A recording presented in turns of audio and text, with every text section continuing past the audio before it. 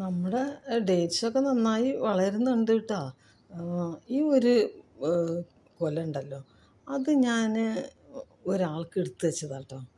ഇതിൻ്റെ ഒരു നല്ലൊരു അത് ഞാൻ മെല്ലെ ചെടി പോലും അറിയാതെ ഇങ്ങനെ ബ്ലേഡ് കൊണ്ട് കട്ട് ചെയ്ത് കുഞ്ഞുങ്ങളെ പൊതിയും പോലെ ഒരു ടർക്കിയിൽ പൊതിഞ്ഞ് കുഞ്ഞുങ്ങളെ കിടത്തും പോലെ കിടത്തിയിട്ട് എനിക്ക് നാട്ടിലൊരു ഫ്രണ്ട് ഉണ്ട്, ഹൗവനെ ഞാൻ 3 പ്രാവശ്യം നാട്ടിൽ പോയിട്ടും കണ്ടിട്ടില്ല. കാരണം എന്തെങ്കിലും കാര്യമായിട്ട് അവൾക്ക് കൊടുക്കണ്ടേ.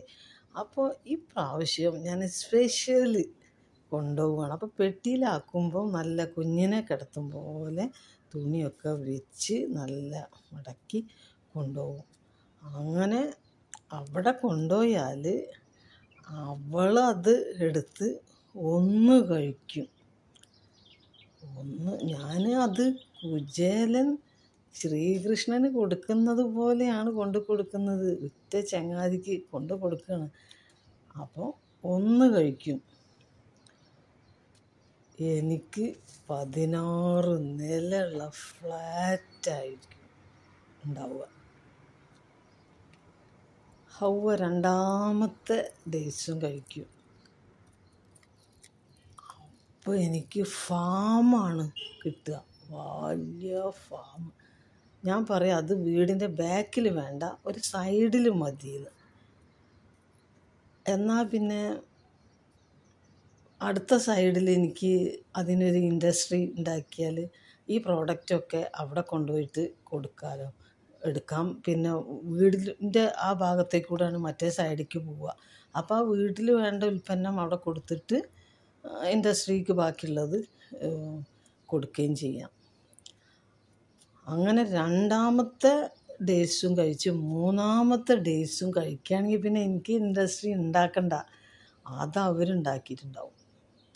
അങ്ങനെ 3ഉം ഉണ്ടാക്കി കഴിഞ്ഞാൽ പിന്നെ എനിക്ക് എന്തിനാ ദുബായ്, എന്തിനാ ഇവിടുത്തെ ഡേയ്സ്, ഞാനങ്ങ് അവിടെ വിലസും. പക്ഷേ ഹൗവക്ക് ഷുഗറാണെങ്കിലോ ഹസ്ബൻഡ് പറയാണ്, ഇത് കഴിക്കരുത്, നിനക്ക് ഷുഗറുള്ളതാണ്. എല്ലാം തകരും. എന്ത് ചെയ്യാൻ പറ്റും? പിന്നെ കോട്ടയില്ല, ഫ്ലാറ്റും ഇല്ല, കമ്പനി ഇല്ല, ഒന്നും ഇല്ലാണ്ടാവും. പിന്നെ അത് മാത്രമല്ല, ഇത് പ്ലെയിനിലൊക്കെ അവിടെ ചെക്കിങ്ങൊക്കെ വരും. അപ്പം ഇങ്ങനെ കാണിക്കും, ഈ സ്ക്രീനിൽ കാണിക്കും, ഫ്രീ സോൺ മെട്രോ സ്റ്റേഷൻ്റെ അടുത്തുള്ള ഒരു അറബിയുടെ ഈന്തപ്പഴമാണ് ഇത് എന്ന് പറഞ്ഞാൽ പിന്നെ ആ പാവത്തിനെ വിളിച്ച് ചോദ്യം ചെയ്യലായി, ശിക്ഷയായി, കൊണ്ടുപോവലായി. എന്തിന് നമ്മൾ അങ്ങനത്തെ ഒരു പുലിവാലിനൊക്കെ നിൽക്കണ്? ഞാൻ പിന്നെ അത് കൊണ്ടുപോകണില്ല എന്ന് വിചാരിക്കുകയാണ്. കാരണം അതിനൊരു ആപത്ത് വരണം. എന്താണ് കേസ്? റോട്ടിൽ എന്തിന് ഇത്ര പെട്ടെന്ന് കായ്ക്കുന്ന മരം വെച്ചു? ഉയരമില്ലാത്ത മരം ആയതുകൊണ്ടല്ലേ ഇവരിത് എടുത്തു കൊണ്ടുപോയത് എന്നുള്ള പ്രശ്നത്തിൽ ആ പാവത്തിന് എന്തെങ്കിലും ചെയ്താലോ? ഒന്നും വേണ്ട. ഇങ്ങനെ തന്നെയാണ് എൻ്റെ ഡ്രീംസൊക്കെ. ഞാൻ വലിയ കോട്ട ഉണ്ടാക്കും, അതാ ഇടിഞ്ഞ് പൊളിഞ്ഞ് വീണ്.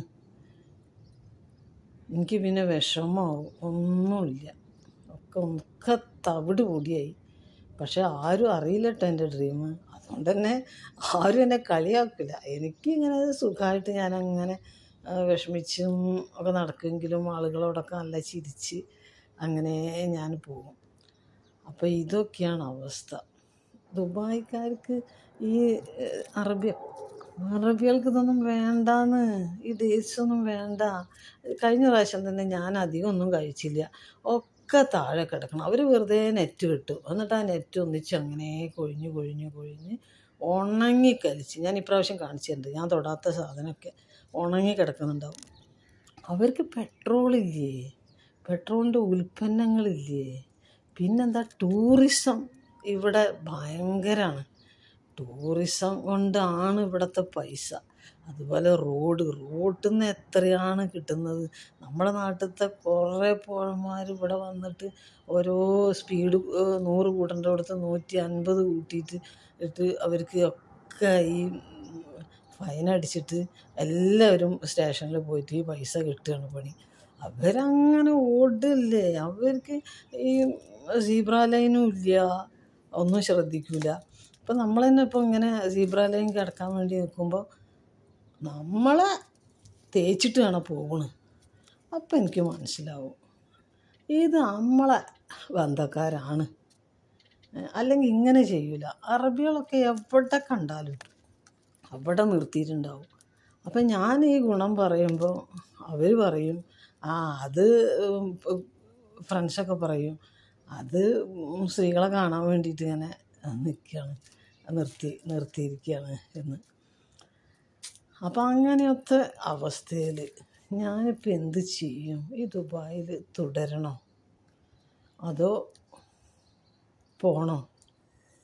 നിൽക്കണോ പോണോ? നിങ്ങളൊന്ന് പറയേ.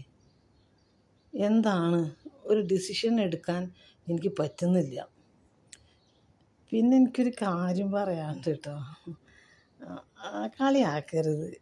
എനിക്ക് ഈ മീഡിയന്ന് ഇന്നേ വരെ 5 കാശും കിട്ടിയിട്ടില്ല. പക്ഷെ ഒരു മീഡിയന്ന് എനിക്ക് ഇന്നലെ കാണിച്ച് 75 ദിർഹം. 75 ദിർഹം എന്ന് പറഞ്ഞാൽ 2000 രൂപയുടെ അടുത്തുണ്ടേ. അപ്പോൾ ഒരു ദിവസത്തെ കൂലി, ഞാൻ 2 വർഷം അധ്വാനിച്ചിട്ട് ഒരു ദിവസത്തെ കൂലി എനിക്ക് കിട്ടിയിരിക്കണം. അത് ഞാൻ അവിടെ തന്നെ വയ്ക്കും. കിട്ടുന്നതൊക്കെ ഇൻവെസ്റ്റ് ചെയ്ത് ഞാനൊരു മില്യനെയറാവും.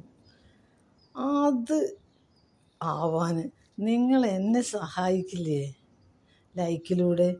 പക്ഷേ ഒരു കാര്യം പറഞ്ഞേക്കാം, ഇഷ്ടപ്പെട്ട മാത്രമേ ലൈക്ക് അടിക്കാൻ പാടുള്ളൂ. കമൻറ്റും അങ്ങനെ തന്നെ. ഈ ആൾക്ക് ഒന്ന് പറഞ്ഞ് മനസ്സിലാക്കി കൊടുക്കണം എന്ന് തോന്നുകയാണെങ്കിൽ മാത്രം കമൻറ്റ് ചെയ്യാൻ പാടുള്ളൂ. അതുപോലെ തന്നെ ഷെയറിൻ്റെ കാര്യം. ഈ ഒരു വീഡിയോ കൊണ്ട് എൻ്റെ കൂട്ടുകാരന് ഒരു ഉപകാരമുണ്ട് എന്നുണ്ടെങ്കിൽ മാത്രമേ നിങ്ങൾ ഷെയർ ചെയ്യാൻ പാടുള്ളൂ. ഞാൻ ചെയ്യില്ല കേട്ടോ ഷെയർ, അങ്ങനെയൊന്നും. പറ്റുമെന്നുണ്ടെങ്കിൽ, കൂട്ടുകാർക്ക് അത് ഉപകാരപ്പെടും എന്നുണ്ടെങ്കിൽ മാത്രമേ ഞാൻ ചെയ്യൂ. കമൻറ്റ് ഇവർക്കൊന്ന് കൊടുക്കണം എന്നുണ്ടെങ്കിൽ ഞാനൊരു കമൻറ്റ് അടിക്കും. അതുപോലെ എത്രയോ പരിചയമില്ലാത്ത എത്രയോ വീഡിയോസ് കുത്തണ ലൈക്ക് എന്ന് എനിക്ക് തോന്നിക്കഴിഞ്ഞാൽ ഞാൻ അപ്പം കുത്തും. അതല്ലെങ്കിൽ ഉണ്ടല്ലോ, ഞാൻ തൊടാതെ ടിക്ക് ടിക്ക് ടിക്ക് എന്ന് പറഞ്ഞ് അങ്ങനെ പോകും.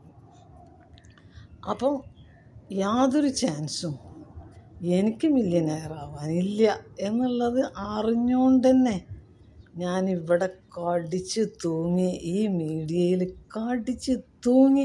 ഞാൻ അണ്ണാറക്കണ്ണനെ പോലെ ഞാൻ തന്നാലായത് എന്ന് പറഞ്ഞ പോലെ ഞാൻ ശ്രമിക്കും. ഞാൻ ഹാർഡ് വർക്ക് ചെയ്യും. നിങ്ങളെനിക്ക് തരണ്ട, എന്നാലും ഞാൻ അങ്ങനെ ചെയ്തുകൊണ്ടിരിക്കും. എനിക്കിനി ഒരാൾ കളിയാക്കിയാലും ഒരു കൂസലില്ല, ഒരാൾ എന്ത് പറഞ്ഞാലും കൂസലില്ല. എനിക്കൊന്നുമില്ല, എൻ്റെ മേലൊന്നും തട്ടില്ല എന്ന ഭാവത്തിലാണ് എൻ്റെ നടപ്പ്. ഞാൻ എൻ്റെ സന്തോഷം. പക്ഷെ മറ്റുള്ളവരെ ഉപദ്രവിക്കുന്ന ഒരു സന്തോഷം എനിക്ക് വേണ്ട കേട്ടോ. അവരും സന്തോഷിക്കണം, ഞാനും സന്തോഷിക്കണം, എല്ലാവരും സന്തോഷിക്കണം. ആ ഒരു മനസ്സാണ് ഈ മീഡിയയിൽ വന്നതിന് ശേഷം. പക്ഷെ എനിക്ക് പണ്ടേ അസൂയ എന്ന് പറഞ്ഞതില്ല കേട്ടോ.